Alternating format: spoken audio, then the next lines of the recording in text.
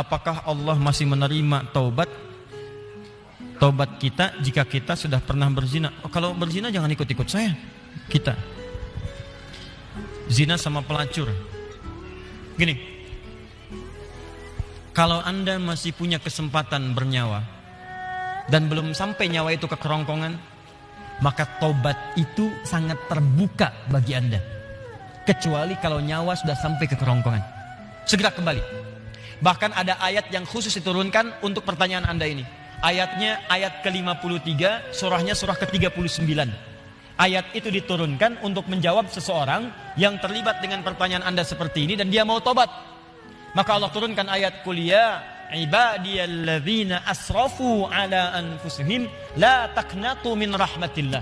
Katakan Muhammad pada hamba-hambaku yang telah berbuat israf. Di antara israf yang mengerjakan perbuatan dosa besar. Dosa besar di antaranya zina. Ketika dikerjakan seperti itu dia mau tobat. Kata Allah, ayo tobat, jangan putus asa dari rahmat Allah Subhanahu wa taala. Kenapa ada kalimat jangan putus asa? Karena orang kalau berbuat dosa besar, setannya lebih mudah menjerumuskan dia. Karena akan dibuat kalimat-kalimat dalam dirinya seakan-akan mencegah dia untuk bertobat. Sudah, dosa kamu berbuat sudah begitu besar, gak ada kesempatan untuk bertobat lagi. Sudah, kamu sudah terlanjur basah, berenang sekalian, tinggalkan perbuatan yang ini. Kamu medannya di sini, kamu dunianya di sini. Kata Allah, itu semua tidak benar. Saya itu adalah Tuhan rahmat, bukan Tuhan ghadab. Rahmat saya melebihi ghadab yang ada dalam diri saya. Maka rahmat itu manfaatkan. Tobat. Ayo tobat. Saya katakan, jangankan Anda, pelacurnya pun. Maaf ya, duhai perempuan-perempuan dimanapun Anda berada, yang terjebak dalam pengaruh setan untuk menjajakkan dirinya, sehingga disebut dengan pelacur. Maaf, saya tidak ingin memperindah bahasa ini. Saya tegaskan pada Anda ya, kalau maksiat itu istilahnya jangan dibikin sopan. Kalau dibikin sopan nanti bangga tampilannya. Maaf, koruptor maling. Ketika dibuat koruptor, dipakein jaket kuning, cuma pakai jaket, masya Allah, enak banget senyum-senyum bawa tas. Kontingen koruptor Indonesia bawa tas, senyum, foto-foto, bilang maling. Samakan dengan ayam. Kenapa orang pencuri ayam disebut maling?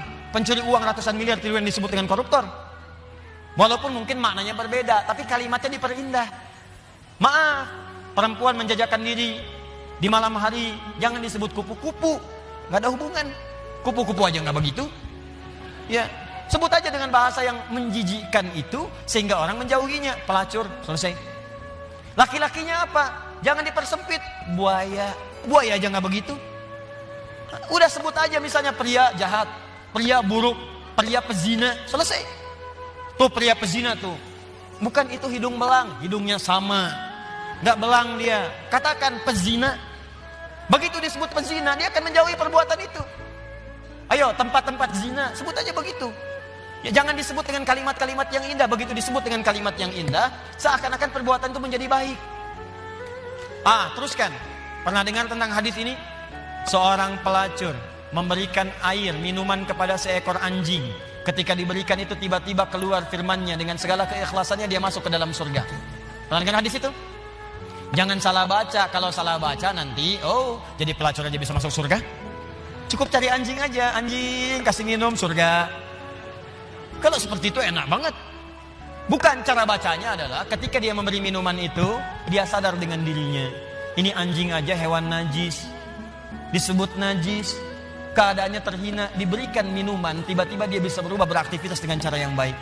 Saya manusia, bukan hewan. Walaupun saya melakukan perbuatan hina, kenapa saya tidak berubah seperti anjing ini punya energi? Dalam bahasa syariat, wahyu itu disebut dengan tuntunan air. Allah menurunkan air dari langit, membuat tanaman yang kering, tanah yang kering menjadi gembur kembali. Allah menurunkan wahyu-wahyu dari langit, ajaran-ajaran, membuat hati yang kering menjadi subur kembali untuk melakukan perbuatan-perbuatan baik. Sadar dia dengan perbuatan itu, bertobat dirinya. Taubat itu yang menggugurkan dosanya, berubah jadi beramal soleh. Amal solehnya yang menjadikan dia terjamin surga di sisi Allah Subhanahu wa taala. Pelacur, tobat, masuk surga. Pembunuh 100 orang, tobat, masuk surga. Maka saya ajak orang yang pernah berbuat perbuatan semacam ini, ayo tobat. Ada kesempatan. Dan jangan ditampakkan. Maksiat yang tampak hanya mengundang bencana. Ini sekarang ini sudah banyak nih. Saya perhatikan orang bangga berbuat maksiat. Awas, hati-hati. Homoseksual, lesbian, LGBT, macam-macam sudah bangga bikin kontes, bikin macam-macam, ngundang musibah tuh. ngundang musibah. Dan kita doakan, kita ajak mereka dakwahi dengan lembut supaya meninggalkan perbuatan-perbuatannya. Doakan Pak, dalam malam kesempatan hari doa, istighfar. Karena istighfar itu diantaranya bisa menahan murka Allah Subhanahu Wa Taala. Wa ma kana Allahu liyu'adzibahum wa anta fihim. Muhammad, sepanjang kamu hidup mereka tidak akan pernah saya azab. Kalimatnya fi'il. Tapi ketika nabinya meninggal, wa ma kana Allahu mu'adzibahum wa hum yastaghfirun. Kenapa yang pertama kata kerja, yang kedua kata benda?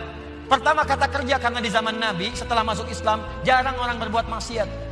Setelah nabinya meninggal berubah jadi kata benda, orangnya banyak bermaksiat. Tapi kenapa azab ditahan oleh Allah? Ada kalimat di ujungnya wahum yastaghfirun, karena ada orang-orang yang masih istighfar kepada Allah Subhanahu Wa Taala. Kita berdoa malam. Ya, bikin programnya.